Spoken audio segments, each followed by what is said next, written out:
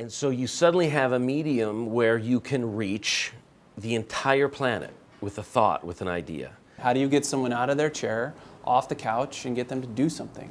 I think we should recognize for some people, watching a 29-minute film about a conflict in Central Africa in and of itself is a success. So I think when the media started smashing people for calling them selectivists if they didn't, go to Washington D.C. themselves, that's dramatic. I shouldn't use the same hyperbole that's used against us. But I think that some people clicking share is a big deal. I think for some people that's a really big success. I think the challenge is how do you get them motivated enough to do more and to take that offline.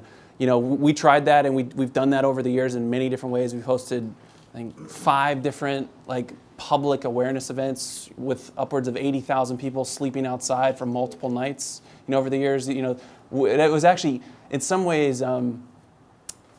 Maybe this is a big takeaway. In some ways, you're able to motivate someone more if your group is smaller.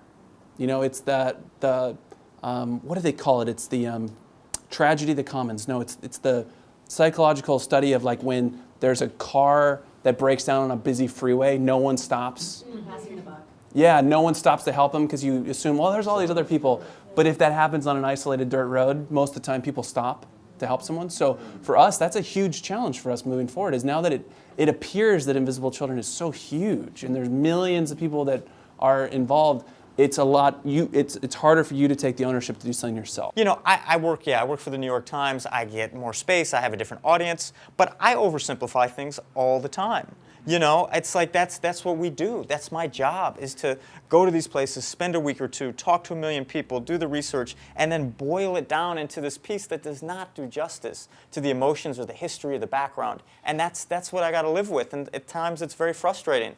So I was very sympathetic to your mission, which was to try to reach a lot of people. It is mass media. You're trying to reach the masses, as Bobby was saying, and if you made it too complicated, maybe you'd lose some.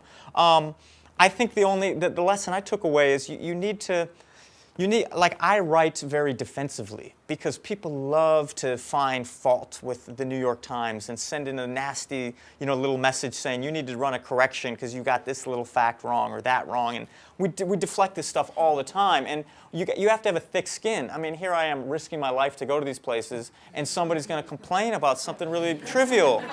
And it's like, well, you go there,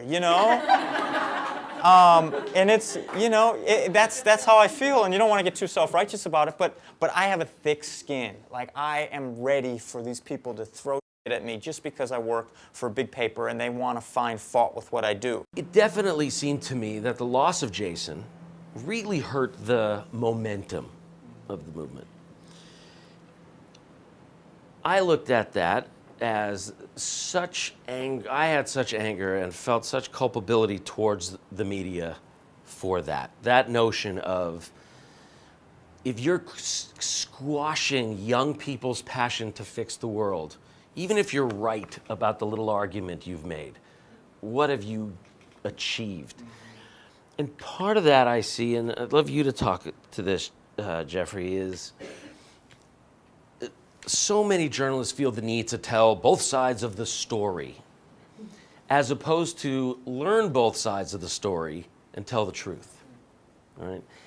Is there that need to do that, to show flaws, to point out both areas so that you, the journalist, don't come off biased? Is that? No, I think that's absolutely right. I mean, often it doesn't come up so much when I'm working in the region that I'm covering. With the LRA, I didn't interview Kony and say, hey, did you guys kill 1,000 people? Why'd you do it? What's the evidence? So you don't have to take this sort of he said, she said thing, to the extreme all the time. But often for a newspaper, which can be very boring, we give both sides an equal voice, or almost equal, and when the validity of their arguments may not be equal at all. And so there's this difference between accuracy and fairness. And it's more important to be fair. So if you look at the arguments and one of them is pretty lame, then you've been fair to consider that and not really include it or play it up.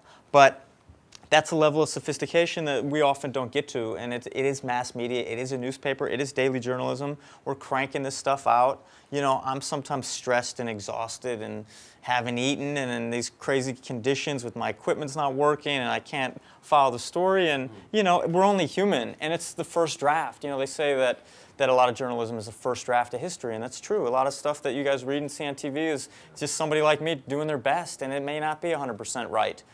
We're trying, and we have high standards, and we have all these, you know, layers at a place like the New York Times, but we don't always get it right.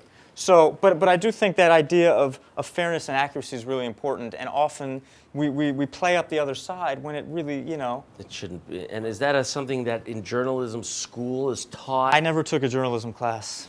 That's probably why you're successful. It's also part of it. You know, it's also seems this, for me, a lesson learned about myself as I didn't pick up on as much. The takeaway. What is the takeaway of a story? It's almost always whatever the negative is. Whatever comes after the word "but" is the takeaway, right?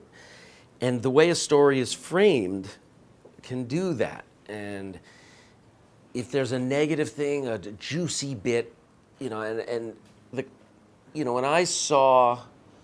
when the story is Jason Russell has a mental breakdown and wanders naked through the streets of San Diego screaming, and the headline is Invisible Children Leader Masturbating in Public, okay?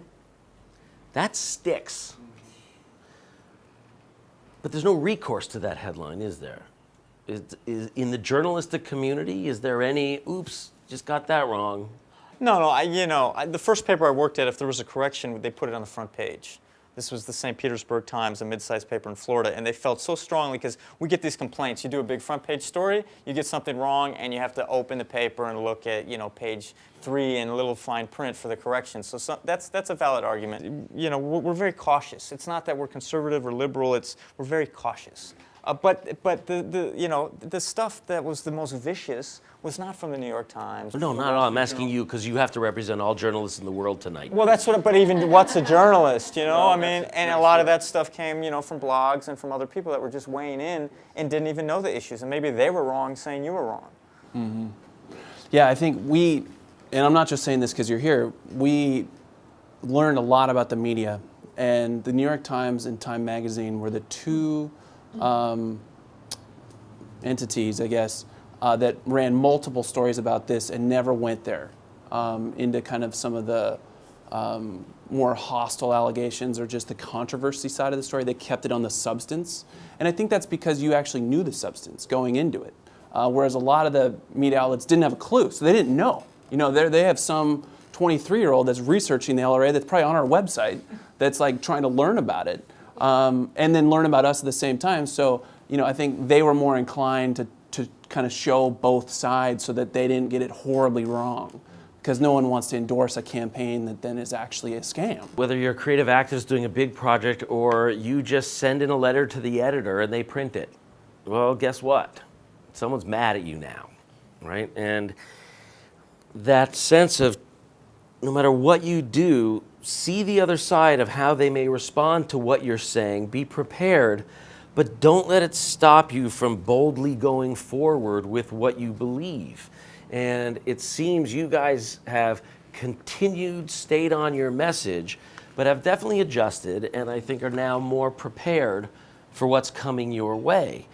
It makes things a little less sexy.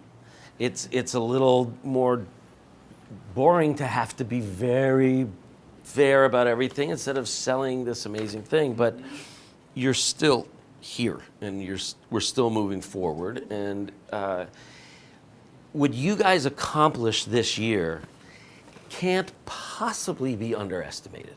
It is crazy that 100 million views were given to a feel-good little lame, yummy piece about a Ugandan warlord who has, it's crazy. It's not, what's so amazing is so little of the benefit of what you've done has to do with Joseph Kony.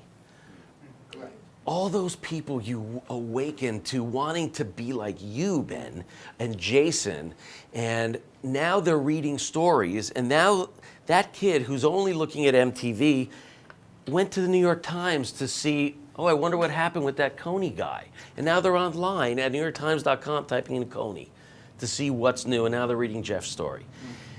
Because they're growing up because of that, and how phenomenal that is. And that's really the essence, I think, of what Kathy and you and your organization are trying to do with creative activism, is creative wake-upism.